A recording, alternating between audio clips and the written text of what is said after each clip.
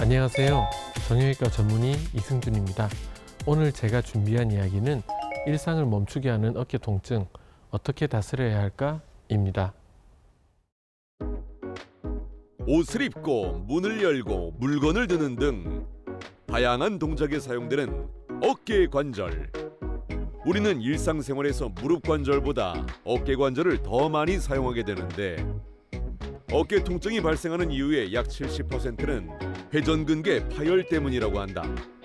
회전근개 파열은 중년 이후 가장 흔한 어깨 통증의 원인으로 초기에 치료하면 비수술적 방법으로 충분히 좋아질 수 있지만 통증을 방치하면 파열 부위가 점점 커지고 어깨 관절까지 손상돼 어깨 인공관절 수술까지 필요할 수 있다는데 방치할수록 치료가 어려운 어깨 통증. 내 어깨에 맞는 치료는 무엇인지 자세히 알아보자. 저는 어깨 전문의이다 보니 병원에서 어깨 환자들을 많이 보는데요. 흔히들 나이가 드신 분들만 주로 어깨가 아프다고 생각을 하시는데 나이에 관계없이 남녀노소 가리지 않고 어깨 때문에 생활을 못 하시는 분들이 굉장히 많습니다. 그렇다면 우리 몸에서 움직임이 가장 많은 어깨는 어떤 구조로 이루어져 있을까요? 어깨는 우리 몸 관절 중에서 가장 자유로운 움직임을 가진 관절입니다. 앞, 뒤, 옆, 거의 모든 동작을 다 할 수 있죠. 하지만 이렇게 자유롭게 움직일 수 있는 장점이 있는 반면 그로 인해서 다소 불안정해질 수도 있습니다. 이렇게 쉽게 불안정해질 수 있는 어깨 관절을 제자리에서 꼭 잡아주는 역할은 회전근개라는 4개의 근육과 힘줄이 담당하고 있습니다. 이 4개의 힘줄 덕분에 팔을 들고 돌리고 마음대로 스포츠 활동도 할 수 있는 유연한 움직임이 가능한 것입니다. 그림과 같이 위에는 극상근, 뒤쪽에는 극하근과 소원근, 그리고 앞쪽에는 견갑하근이 있습니다. 첫째로 극상근은 삼각근과 함께 팔을 들어 올리는 역할을 합니다. 두 번째로 극하근은 팔을 바깥쪽으로 돌리는 외전에 관여합니다. 세 번째 견갑하근은 앞쪽에 있는 가장 큰 근육인데요. 팔을 안쪽으로 돌리는 내외전을 담당하기도 하고 무엇보다 팔이 앞으로 빠지는 것을 막아주는 아주 중요한 역할을 합니다. 마지막으로 소원근은 앞의 세 근육을 도와 어깨 관절을 안정시키는 역할을 합니다. 이 힘줄들이 약해지거나 끊어지면 굉장히 어깨의 기능이 떨어지고 통증이 발생합니다. 그렇다면 회전근개 질환이 발생하면 어떤 증상이 있을까요? 가장 대표적인 증상은 환자분들이 팔을 들어 올릴 때 통증을 호소한다는 것입니다. 또한 그냥 아프기만 한 것이 아니고 힘이 빠진다고 얘기하는 분들도 많은데요. 이것은 다른 질환, 오십견이라든지 석회성 건염과 다른 회전근개 질환의 특별한 신호입니다. 힘이 빠진다, 뭔가 이상하다고 판단하셔야 됩니다. 그렇다면 회전근개 질환은 어떻게 진단할 수 있을까요? 의사의 진단을 도와주는 여러 가지 영상 검사가 있겠죠. 첫째로는 엑스레이가 있습니다. 흔히들 저희 환자들 중에서 뼈가 부러진 것도 아닌데 엑스레이를 왜 찍죠? 라고 물어보면서 외래 들어오는 분들이 많으십니다. 엑스레이는 힘줄 자체가 보이지는 않지만 뼈 간격이나 석회 침착, 관절염 여부 등의 만성적인 변화를 확인할 수 있어서 향후 치료 방향을 결정하는 데 상당히 도움이 됩니다. 이 엑스레이를 보시면은 붉은 원 안에 굉장히 큰 석회성 건염이 있죠. 그리고 이분은 어깨뼈 상완 골두와 위에 있는 견봉의 간격이 다소 감소한 것을 알 수 있습니다. 이 엑스레이만 보더라도 이분은 석회성 건염 때문에 굉장히 아프면서도 회전근개가 많이 약해져서 팔뼈가 조금씩 위로 올라가기 시작하였구나. 이분은 뭔가 문제가 있겠는데 라는 생각을 할 수 있게 합니다. 그 다음으로는 초음파가 있죠. 초음파는 실시간으로 술자가 환자와 이렇게 대화를 하면서 볼 수 있는 장점이 있는데요. 실시간으로 힘줄의 움직임을 관찰할 수 있고 또한 부분 파열, 전층 파열 등 힘줄의 파열 정도를 확인할 수 있습니다. 마지막으로 가장 정확한 MRI가 있죠. MRI는 그야말로 힘줄의 파열 크기, 위치, 지방 변성 정도, 주변의 근육 상태 등을 모두 평가할 수 있기 때문에 수술을 할지 말지 그리고 어떤 수술을 해야 될지를 최종적으로 판정하게 해주는 아주 유용한 검사라고 볼 수 있습니다. MRI에서 얻는 정보 중에서 지방 변성, 즉 근육이 녹아서 지방으로 변한 정도는 수술 방법을 선택하는데 아주 중요한 지표 중 하나입니다.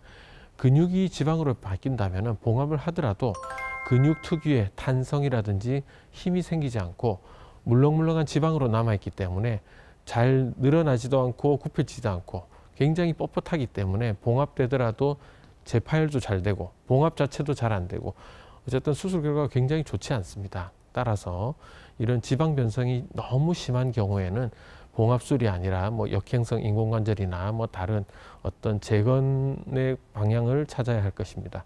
이 MRI를 보시면은 왼쪽이 정상적인 MRI이고요. 오른쪽은 회전근개 파열 환자분의 MRI입니다. 혀처럼 생긴 새까만 조직이 회전근개 중에서 제일 잘 끊어지는 극상근입니다. 저 극상근이 저 하얀색 부분을 넘어서 왼쪽처럼 상완골두의 끝에 잘 붙어 있어야 됩니다.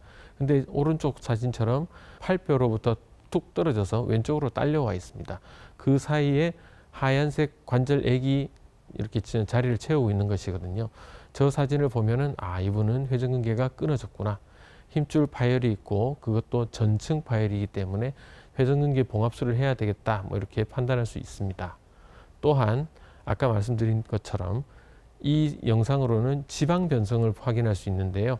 지방은 이 영상에서 왼쪽 사진의 정상적인 근육을 보시면은 까만 덩어리, 저게 이제 회전근개 근육입니다. 까만 덩어리가 꽉 차 있어야 되는데 오른쪽을 보시면은 까만색이 좀 연합니다. 회색으로 변했고 일부는 하얀색으로 변했고요. 이런 경우 하얀색으로 변한 것은 완전히 지방이 된 것이고 검은색이 아니고 회색이 된 것은 이제 지방으로 변하기 시작한 근육이 위축되고 있구나 라는 것을 알 수 있게 됩니다. 그렇다면 이런 회전근개 파열 질환은 어떻게 치료를 하는 것일까요? 회전근개 파열이 발생하면 무조건 수술을 해야 될까요? 그렇지는 않습니다. 대부분의 회전근개 파열 환자분들은요, 놀랍게도 비수술적 치료로 좋은 결과를 얻을 수 있습니다. 수술적 치료가 필요한 분들은 생각보다 많지 않아요. 그럼 회전근개 질환에서 수술적 치료를 하기에 앞서 진행해 볼 수 있는 비수술적 치료는 어떤 것이 있을까요? 회전근개 질환의 비수술적 치료에서 가장 중요한 원칙은 통증을 잘 조절해주고 관절의 가동성을 회복시키면서 근력을 강화시키는 이 세 가지라고 볼 수 있습니다. 비수술적 치료의 첫 번째는 당연히 약물 치료겠죠. 소염제나 근육이완제를 사용하면 염증을 줄이고 환자분의 통증을 많이 줄여드릴 수 있습니다. 하지만 어떤 환자분들은 이 약을 계속 먹어야 되나요? 안 먹으면 큰일 나나요? 라고 물어보시는데요. 저는 환자분 그거 비타민 아닙니다. 영양제 아닙니다. 라고 말씀드립니다. 소염제와 근육이완제는 많이 먹는다고 전혀 몸에 좋지가 않습니다. 단기간에 통증을 줄이는 데 도움이 되지만 꾸준하게 장복하시면 위장이나 신장 쪽 부작용이 생기기 때문에 저는 절대 많이 오랫동안 먹지는 마시라고 권유하고 있습니다. 따라서 약물 치료는 근본적인 문제를 해결할 수는 없고 초기 통증 완화를 통해서 환자분이 재활을 좀 더 잘할 수 있도록 도와주는 역할을 한다라고 이해하시면 좋을 것 같습니다. 두 번째는 물리치료입니다. 물리치료 중에서 온열치료는 환자분의 환부를 따뜻하게 해줘서 편안한 느낌을 주는 것인데요. 단순히 기분만 좋게 하는 것이 아니고 손상된 회전근개 주변에 생리적 환경을 회복시키는 데 아주 중요한 역할을 합니다. 즉 따뜻하게 만들어준 덕분에 혈액순환이 점점 늘어서 손상된 힘줄에 영양도 공급되고 조직을 좀 더 부드럽게 해서 운동 범위를 더 늘려줘서 재활을 좀 더 편하게 해주는 장점이 있습니다. 따라서 물리치료, 즉 온열치료를 하고 나서 가동성 회복 운동이나 근력 운동을 하는 것이 훨씬 좋습니다. 또한 온열치료와 비슷한 효과를 내는 것이 초음파 치료가 있는데요.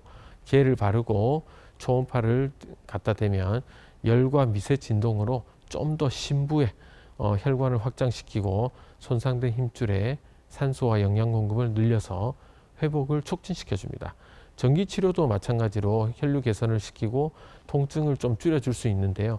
어떤 환자분들은 전기치료를 굉장히 좋아하시는데 어떤 환자분들은 오히려 더 아파하시기 때문에 전기치료 같은 경우는 환자분의 성향에 맞춰서 처방을 하는 것이 좋을 것 같습니다.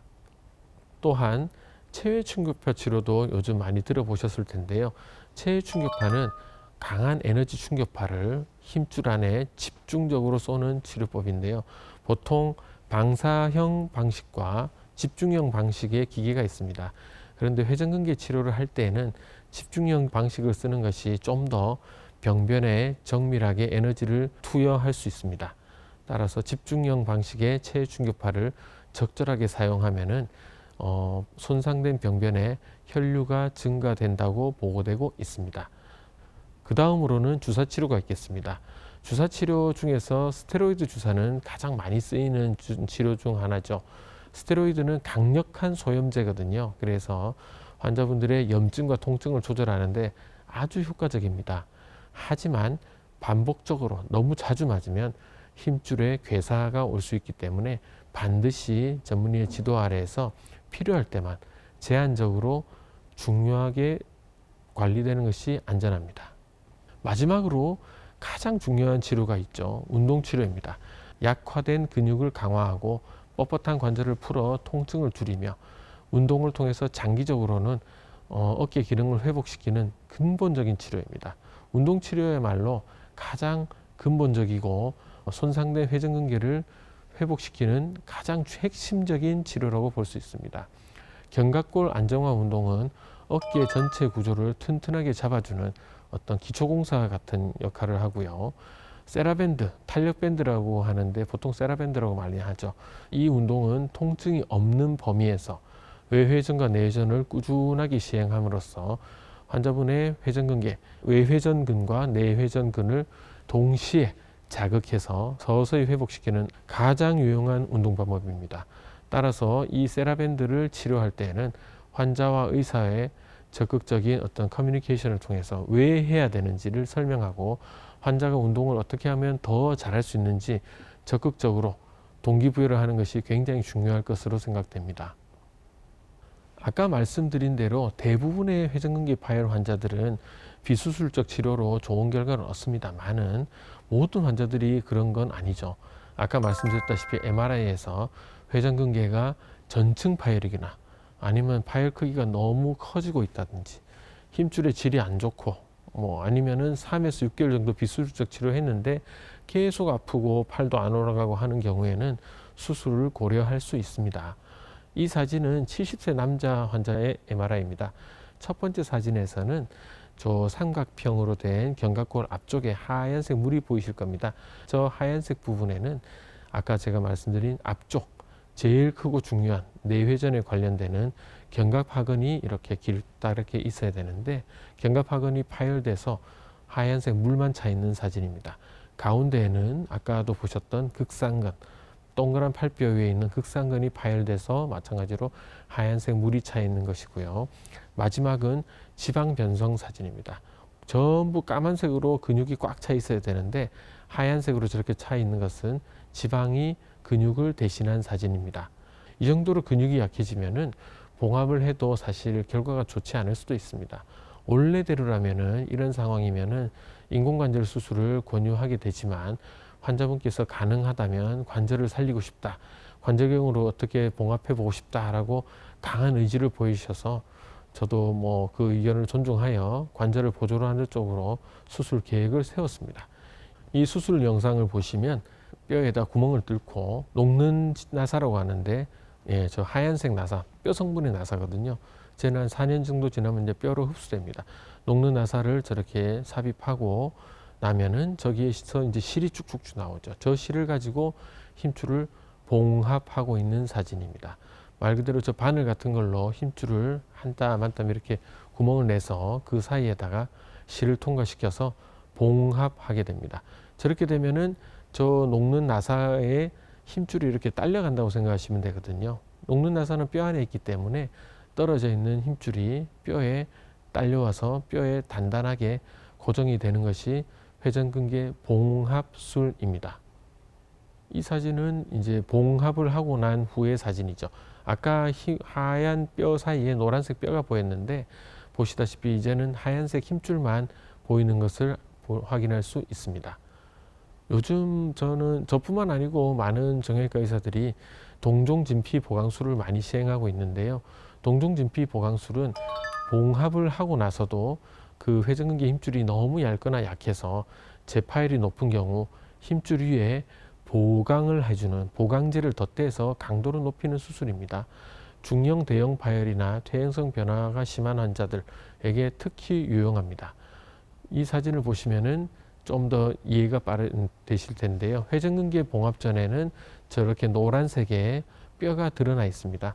저 노란색에 드러난 뼈에 녹는 나사를 받고 봉합을 하면 노란색 뼈는 없어지고 하얀색 힘줄이 덮고 있습니다. 그 위에 한 겹 더 동종진피를 보강을 하면은 저렇게 하얀색 그림 그려져 있는 동종진피가 힘줄 위에 올라오게 됩니다. 이 사진을 보시면은 파열 전 상태를 봉합하고 보강을 했더니 까만색 힘줄 위에 이렇게 한 겹으로 동종진피가 한 겹 더 덧대져 있는 것을 확인할 수 있습니다.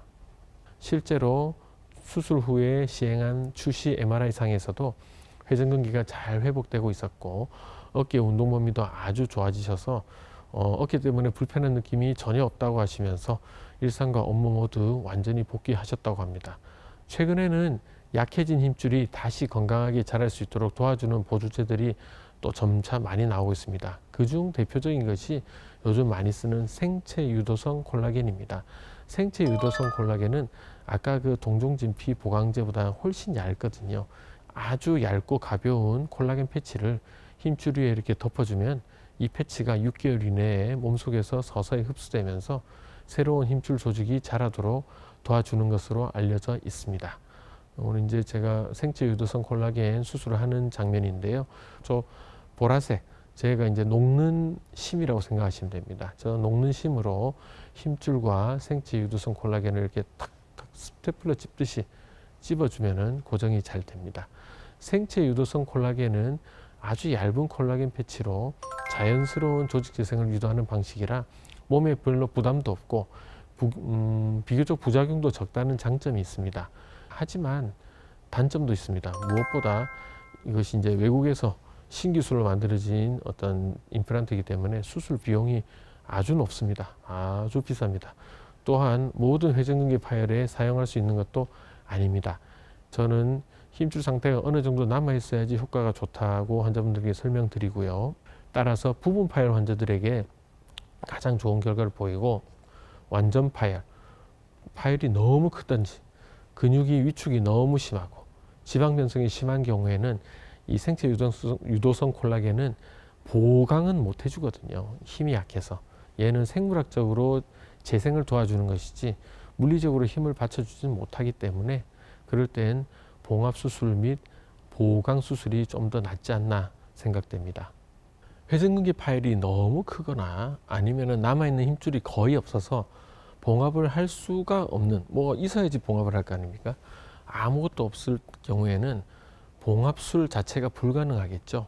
이럴 때 인공관절을 하기 전에 선택할 수 있는 방법이 상부관절막 재건술이 있습니다. 상부관절막 재건술은 상부관절막을 역할을 대신 어떤 이식물을 넣어서 상완골주를 안정시켜서 삼각근이 팔을 들어 올릴 수 있도록 도와줍니다. 말이 조금 어렵죠. 무슨 얘기냐면은 아까 그 회전근개가 없을 때 환자분이 이렇게 힘을 들려는데 잘 안 돼요. 뭔가 빠지는 것 같아요. 이렇게 얘기하셨는데 말 그대로 상부관절막이라는 지렛대를 만들어서 팔뼈 위에 얹어주는 수술입니다. 이 수술 영상을 보시면은 아까와 같은 동종진피인데요. 얘는 굉장히 두껍습니다. 보강술 하는 데 쓰이는 동종진피가 두께가 3mm 정도 된다면은 이 상부관절막 재건술은 저 같은 경우는 10mm 이상 굉장히 두꺼운 동종진피를 넣어서 팔뼈 위에 얹어 줍니다. 그러면은 팔을 들 때 이 두꺼운 이 동종진피가 지렛대 역할을 해줍니다. 그래서 팔을 들 수 있게 만들어 줍니다. 수술 전 MRI를 보시면은 하얗게 아까 제가 말씀드린 것처럼 뭐 까만색 힘줄이 있어야 될 자리에 동그란 팔뼈 위에 온통 물만 차 있거든요. 그런데 수술 후에 보시면은 새까맣게 저렇게 동종진피가 아주 두껍게 얹어져 있어서 저 두꺼운 조직이 팔뼈를 눌러줌으로써 지렛대 역할, 팔을 들 때 지렛대를 주고 이렇게 움직일 수 있는 상부관절막을 재건한다 라고 생각하시면 되겠습니다. 이 수술은 모든 환자에게 적용할 수 있지는 않습니다. 이 수술은 내 몸의 세포가 아니고 다른 사람의 세포를 넣는 것이기 때문에 환자의 회복력이 좋아야 됩니다. 따라서 지나치게 연령이 높거나 아니면은 남아있는 근육이 너무 안 좋은 경우, 아니 아까 힘줄이 없는 경우에 쓰는 수술이라고 하지 않았나요? 라고 물어보실 수 있는데, 이 상부 관절막 재건술은 남아있는 모든 힘줄을 다 대체할 수는 없습니다.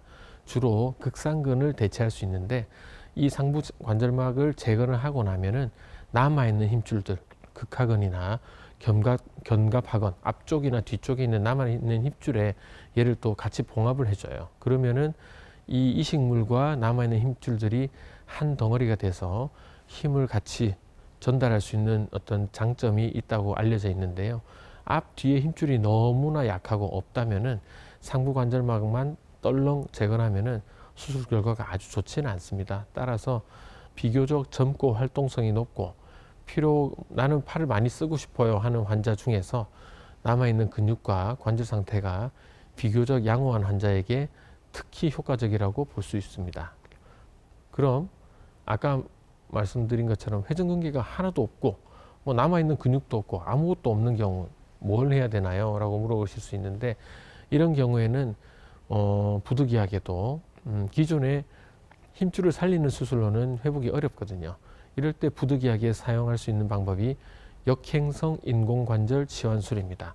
인공관절 치환술이라는 이름은 많이 들어보셨겠지만 역행성은 무슨 말일까? 궁금하실 것 같습니다. 역행이란 말은 말 그대로 어깨의 구조를 반대로 서로 바꿔버립니다. 팔뼈와 날개뼈의 구조를 바꿔버리는데요.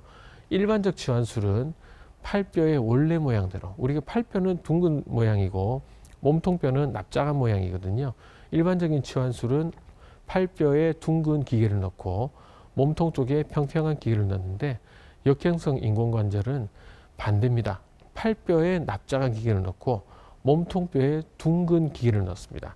이게 어떤 의미냐면은 기존에 약해져 있는 그 회전근개 대신에 튼튼한 삼각근이, 아무리 고령 환자분들도 대부분 삼각근은 굉장히 크고 튼튼하기 때문에 삼각근을 이용해서 팔을 들 수 있도록 고안된 아주 획기적인 수술 방법입니다.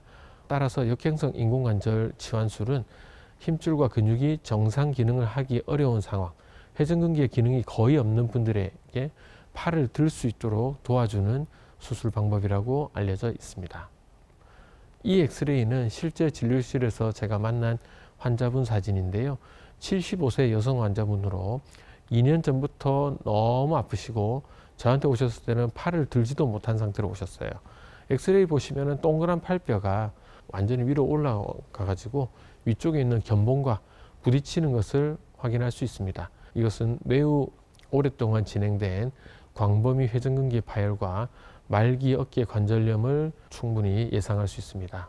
CT를 보면은 팔뼈가 다 깨져 있고요. MRI에서도 회전근개가 거의 없었습니다. 이런 경우에는 역행성 어깨 인공관절 치환술이 가장 훌륭한 방법인 것 같습니다. 역행성 인공관절은 요즘 그 인공지능이 많이 발달해서 수술 전에 환자분의 CT를 가지고 이렇게 수술 전에 의사가 이제 시연을 해볼 수 있습니다. 과연 어느 정도의 각도로 어떤 기계를 쓸지, 나사를 어떻게 박을지 이렇게 다 준비를 하고 수술장에 들어가서 환자분에게 가장 좋은 결과를 내도록 수술을 하게 됩니다. 역행성 인공관절은 단순히 인공관절을 그냥 집어넣는 수술이 아니고요. 기계를 넣는 각도, 깊이, 위치를 밀리미터 단위로 맞춰야 되는 고난이도 정밀 수술입니다. 그만큼 집도의 경험과 노하우가 치료 결과에 굉장히 큰 영향을 주기 때문에 환자분의 어깨 상태를 정확하게 평가하고 가장 잘 맞는 인공관절을 설계할 수 있는 경험 많은 전문의를 선택하는 것이 무엇보다 중요할 것으로 생각됩니다. 아까 그 환자분이 뼈도 굉장히 약하고 좀 안 좋았습니다만은 다행히 수술이 잘 됐습니다. 수술 후에 그러면은 어떤 점을 주의해야 할까요? 역행성 인공관절 수술은 팔을 들어 올리는 기능을 최대한 회복시킵니다. 따라서 뒤로 돌리는 동작은 조금 좀 제한이 있습니다. 이것은 그 회전을 하는 회전계 그 힘줄을 포기하고 이제 다소 수직적으로 움직이는 삼각근을 이용하는 수술 방법이기 때문에 아무래도 열중샷 하는 데는 약간의 제한이 있을 수 있습니다.